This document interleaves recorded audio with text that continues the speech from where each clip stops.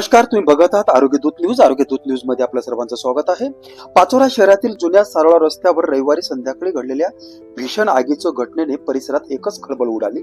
शहरातील APE bike and auto part service या electric bike विक्री व दुरुस्तीच्या दुकानाला अचानक आग लागल्याने सुमारे 20 लाख रुपयाचं नुकसान झाल्याचं प्राथमिक अंदाज व्यक्त करण्यात येत आहे. काही मिनिटातच दुकानातील लाखो रुपयाचा माल आगीचं भक्ष्यस्थान पडला. मिळालेल्या माहितीनुसार संध्याकाळी सुमारे 7 वाजण्याच्या सुमारास दुकानातून अचानक धूर येऊ लागला. सुरुवातीला आग कशामुळे लागली हे कोणाच्याही लक्षात आलं नाही. मात्र काही क्षणातच आगीने भीषण रूप धारण केलं आणि संपूर्ण दुकान जवाळाने वेढलं गेलं. दुकानात विक्रीसाठी ठेवलेल्या इलेक्ट्रिक बाईक, दुरुस्तीसाठी आलेले काही ई बाईक, स्पेअर पार्ट्स, बॅटऱ्या, इलेक्ट्रॉनिक साहित्य आणि इतर महत्वाचे साहित्य आगीत जळून खाक झालं. त्यामुळे दुकाना मालकाचे मोठ्या प्रमाणावर आर्थिक नुकसान झालं आहे.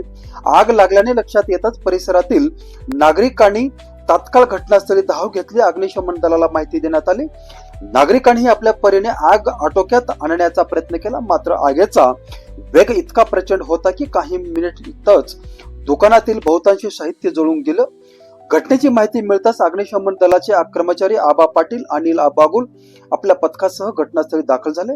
त्यांनी शर्थीचे प्रयत्न करून आगीवर नियंत्रण मिळवलं. त्यांच्या तत्पर कार्यामुळे आग शेजारील दुकानामध्ये पसरण्यापासून रोखण्यास यश आलं. त्यामुळे आणखी मोठी दुर्घटना टळली. या घटनेत सुदैवाने कोणतीही जीवितहानी झालेली नाही.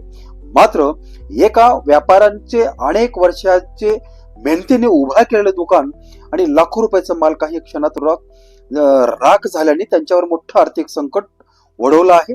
दरम्यान आगीचं नेमकं कारण अद्याप पूर्ण स्पष्ट झालं नसलं तरी प्राथमिक माहितीनुसार शॉर्ट सर्किटमुळे आग लागल्याची शक्यता व्यक्त करण्यात येत आहे.